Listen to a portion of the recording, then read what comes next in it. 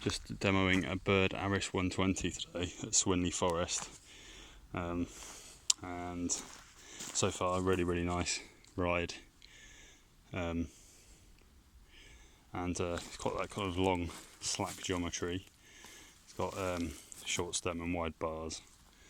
They do a longer travel version as well, but I'm getting on quite well with the 120, especially considering I usually ride a hardtail, so yeah, very good, very grippy tyres,